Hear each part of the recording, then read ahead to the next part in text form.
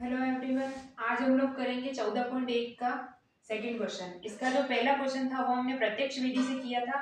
अब इस क्वेश्चन में भी हमको माध्य निकालना है, लेकिन हम कल्पित माध्य विधि से निकालेंगे। तो सबसे पहले तो हमें क्या दे रखा है क्वेश्चन में, किसी फैक्ट्री के 50 श्रमिकों को दैनिक मजदूरी निम्नलिखित बंटन पर विचार कीजिए। यानी कि हमें 50 मजदूर है, उनकी दैनिक मजदूरी दे रखी है, यानी कि और यहाँ पे दे रखा है श्रमिकों की संख्या। ठीक है, यानी कि 12 श्रमिक ऐसे हैं जिनकी दैनिक मजदूरी 500 से 520 के बीच में है। ठीक है, 12 मजदूर ऐसे हैं जिनको 500 से 520 के बीच में रुपए मिलते हैं दिन के। 14 मजदूर ऐसे हैं जिनको 520 से 540 के बीच में पैसे मिलते हैं, रुपए मिलते हैं। और 8 मजदूर ऐसे जिनको 540 से 560 के बीच में रुपए मिलते हैं दिन के। उसी तरह से 6 मजदूर और ये 10 मजदूरों का दे रखे, इनका हमें माध्य निकालना है। तो सबसे पहले तो हम सारणी को सीधा करेंगे। इसको हम लिख देंगे वर्ग अंतराल। जिसमें भी ऐसा गैप दे रखा होता है ना, 500 से 520, 520 से 540, इसको हम बोलते हैं वर्ग अंतराल। और उसके सामने वाली जो लाइन होती है उसको हम बारंबारता बोलते हैं। तो यहाँ पे आ जाएगा वर्ग अंतराल,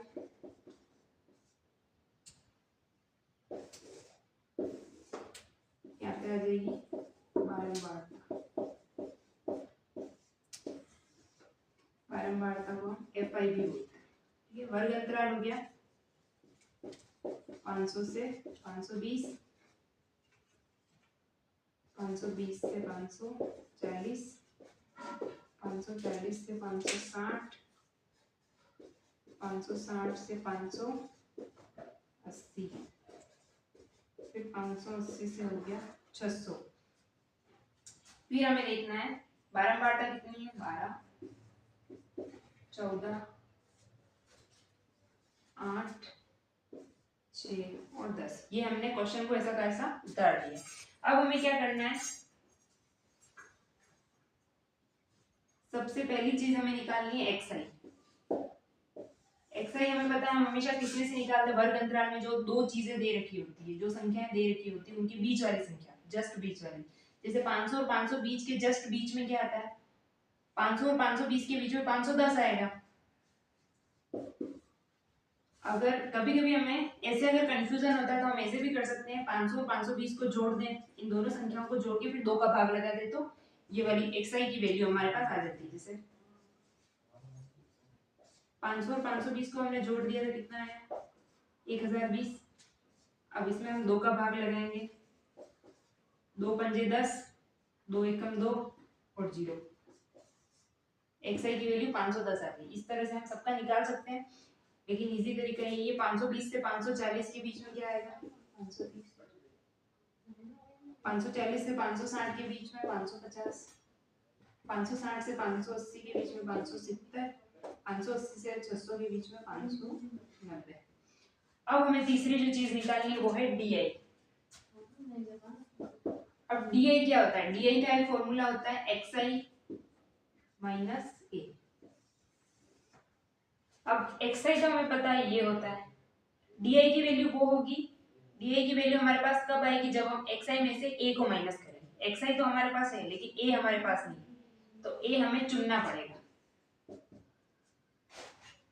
हम कौन सी विधि करने जा रहे हैं, कल्पित माध्य विधि। कल्पित माध्य का मतलब, कल्पित का मतलब होता है कुछ भी कल्पना करना, यानी अपनी मर्जी से कुछ भी चूज करना।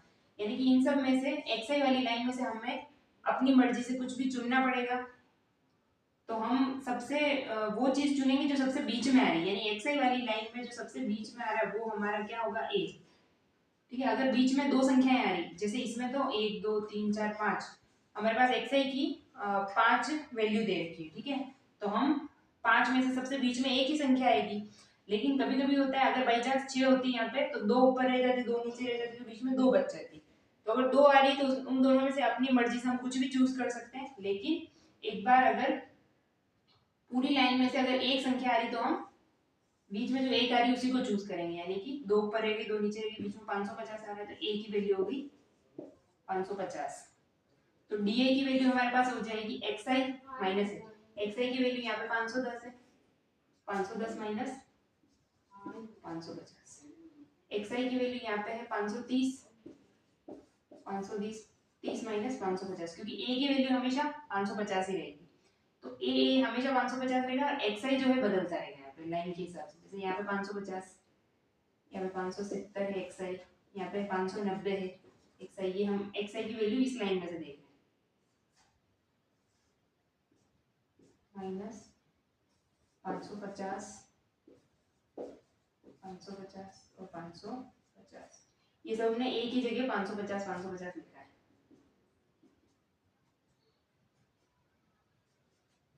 अब हमें इन सब की वैल्यू लिखनी है। देखो ये चीज है 510 हमें दे रखा है प्लस का, 550 है माइनस का। 550 माइनस का है क्योंकि इसके सामने माइनस का साइन है, और 510 प्लस का है क्योंकि इसके सामने कोई चिन्ह नहीं लग रहा है। जब एक संख्या प्लस की हो एक संख्या माइनस की हो तो बाकी होती है, तो बाकी हमेशा बड़ी संख्या में से छोटी संख्या जाएगी। बड़ी संख्या 550, 550 में से 510 जाएगा तो हमारे पास 40 बचेगा। अब ये 40 जो है माइनस का आएगा। माइनस का क्यों आएगा? कभी भी जब हम बाकी करते हैं तो बड़ी संख्या अगर माइनस की दे रखी हो तो जो भी हमारा आंसर आता है वो भी माइनस में ही आएगा। तो यहाँ पे 510 और 550 में से बड़ी संख्या है 550 जो कि माइनस की, तो हमारा आंसर माइनस में ही आएगा। यहाँ पे है 550 में से 530 गए तो 20 आएंगे, वो भी माइनस के क्योंकि बड़ी संख्या किसकी है? माइनस की। अब यहाँ पे 550 में से 550, ये भी प्लस का ये भी माइनस का, तो हम बाकी करेंगे 550 में से 550 गया तो 0, सेम संख्या में से सेम संख्या जाएगी तो 0 आएगा। यहाँ पे है, यहाँ पे भी एक संख्या प्लस की एक संख्या माइनस की, तो बाकी होगी बड़ी संख्या में से छोटी संख्या जाएगी। 570 में से 550 गया तो 20 बचा, और ये 20 आएगा प्लस का क्योंकि बड़ी संख्या 570 है प्लस की। अब हम 590 में से 550 माइनस करेंगे क्योंकि यहाँ पे भी एक संख्या प्लस की और एक संख्या माइनस की। 590 में से 550 गया तो कितना बचेगा? 40। अब ये 40 प्लस का आएगा क्योंकि बड़ी संख्या 590 है प्लस की, तो ये 40 भी आएगा प्लस का। प्लस वाली संख्या के आगे प्लस लगाना जरूरी नहीं है, लेकिन माइनस वाली संख्या के आगे लगाना जरूरी है। ठीक है, जिसके आगे कोई साइन नहीं लग रहा है इसका मतलब वो संख्या पहले से प्लस की, और जिसके आगे माइनस लग रहा है वो माइनस की। अब लास्ट लाइन होगी हमारी एफ वाई डी आई।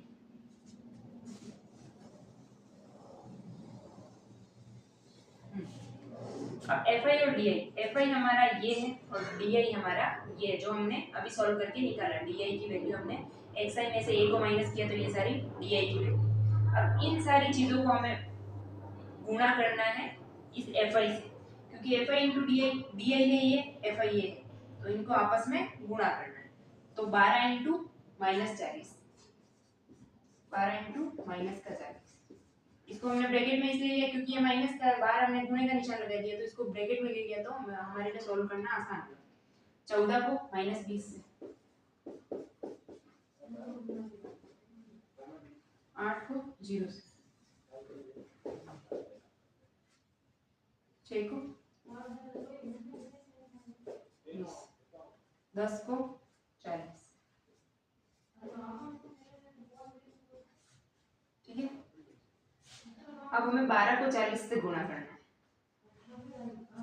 जब एक संख्या प्लस की हो एक संख्या माइनस की हो तो हमेशा हमें पता है क्या होगा, गुणा होने पे माइनस की संख्या आएगी। देखो जब बीच में गुणे का निशान, इसका मतलब ये दोनों संख्याएं गुणा ही होगी। ठीक है, 12 को हम 40 से गुणा करेंगे तो 12 चौक 48 और 0, 480 आएगा।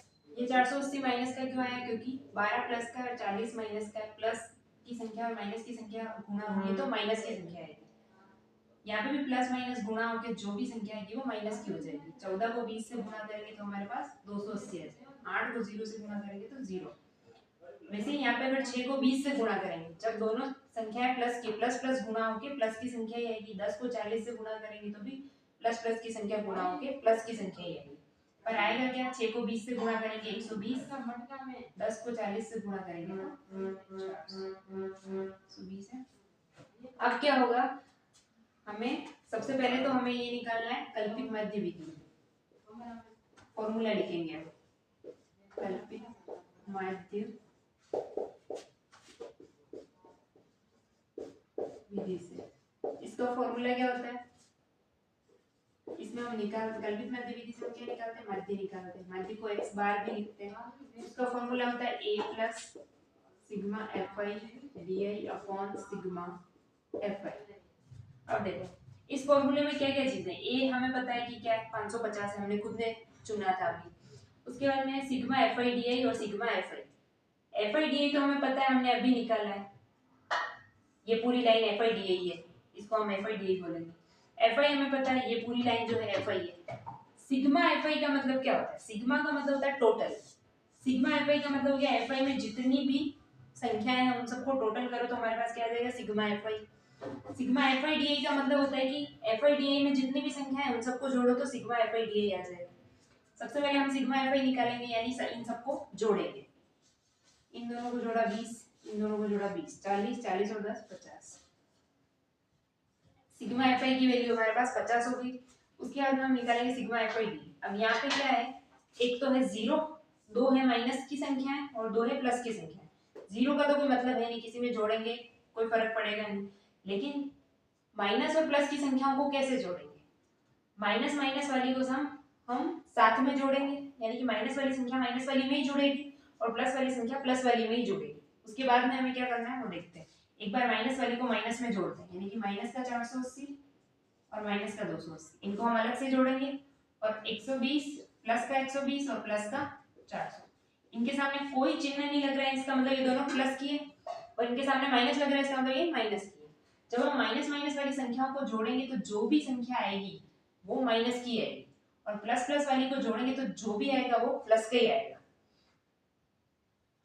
तो 0 में 0 जोड़ा 0, 8 और 8 16, 6 एक हाथ से ये हो गया 760। माइनस वाली संख्याओं को जोड़ने पर माइनस का 760 आया और प्लस वाली संख्याओं को आपस में जोड़ने पर आया 520, प्लस का 520। अब हमारे पास आ गया माइनस का 760 और माइनस का 520। अब इन दोनों का हमें क्या करना है, एक संख्या माइनस की हो एक संख्या प्लस की हो तो हमेशा क्या होता है, बाकी होती है। बाकी कैसे होती है, बड़ी संख्या में से छोटी संख्या जाती है। बड़ी संख्या क्या है 760, छोटी संख्या क्या है 520। 760 में से 520 को घटाएंगे, 760 है माइनस का, 520 है प्लस का। 0 में से 0 गया 0, 6 में से 2 गया 4, 7 में से 5 गया 2।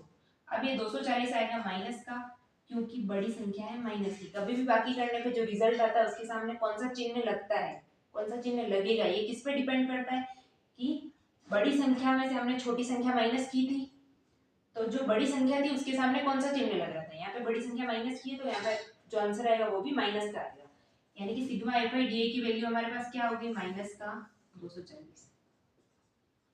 ठीक है, तो हम ए की जगह लिखेंगे 550 plus sigma F I D A की जगह लिखेंगे माइनस का 240 अपॉन सिग्मा एफ आई की जगह लिखेंगे 50। अब हम लोग क्या करेंगे, 550 ब्रैकेट को खोलेंगे, ब्रैकेट के बाहर है प्लस, ब्रैकेट के अंदर है माइनस। जब हम ब्रैकेट को खोलेंगे ना तो ये प्लस और ये माइनस आपस में गुणा हो जाएगा, तो प्लस और माइनस गुणा होकर हमें पता है क्या आता है, माइनस आता है। यहाँ पे भी प्लस माइनस गुणा होकर माइनस आ रहा था, तो प्लस माइनस होता है माइनस। तो जैसे ही ब्रैकेट खुलेगा यहाँ पे माइनस का साइन आ जाएगा और ब्रैकेट खुल जाएगा, यहाँ पे आ जाएगा 240, यहाँ पे आ जाएगा 50।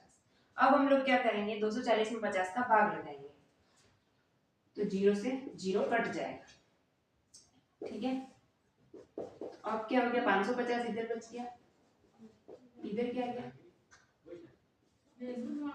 24/5।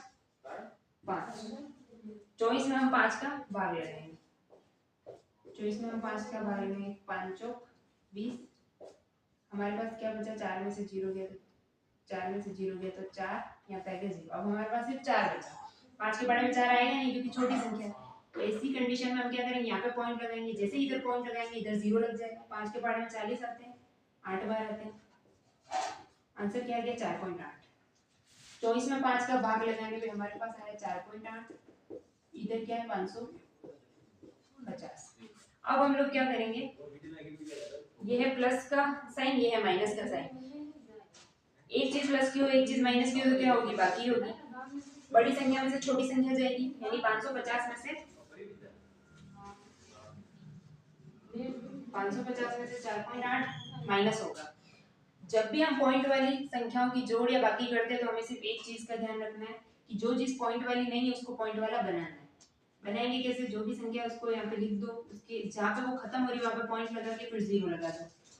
उसके बाद में क्या करो, पॉइंट के नीचे पॉइंट लगा दो, फिर अगली जो संख्या है उसमें पॉइंट के बाद क्या आ रहा है 8 आ रहा है, पॉइंट के पहले क्या आ रहा है 4 आ रहा है, ऐसा कैसे, फिर माइनस का साइन लगा दो। अब करनी है बाकी। 0 में से 8 जाता नहीं है, हासिल लेंगे। ये पहले से 0 है, इसको भी हासिल की जरूरत है, तो ये 5 से लेंगे। 5 से हासिल लिया, ये 0 क्या बन गया, 10 बन गया। तो ये 5 क्या बन गया, 4। 10 से वापिस हमने 10 से इसने उधार ली क्योंकि इसको चाहिए, तो ये इस 10 से लेगा। इस 10 से इसने लिया तो ये तो बन गया 10, लेकिन इसमें से एक काम हो गया तो ये बच गया 9। इसने इससे लिया था, ये 4 हो गया। इसने इससे लिया था, ये 9 बच गया। अब 10 में से 8 दिए तो 2 पॉइंट की जगह पॉइंट, 9 में से 4 गया 5, 4 ऐसा का ऐसा, 5 ऐसा। तो 545.2 हमारे पास आ गया। अब यहाँ पे हमारे पास 545.2 प्लस का क्यों आया, क्योंकि बड़ी संख्या किसकी है, प्लस की। कोई भी साइन नहीं लग रहा है, इसका मतलब प्लस की संख्या। तो हमारा आंसर आ गया 545.2।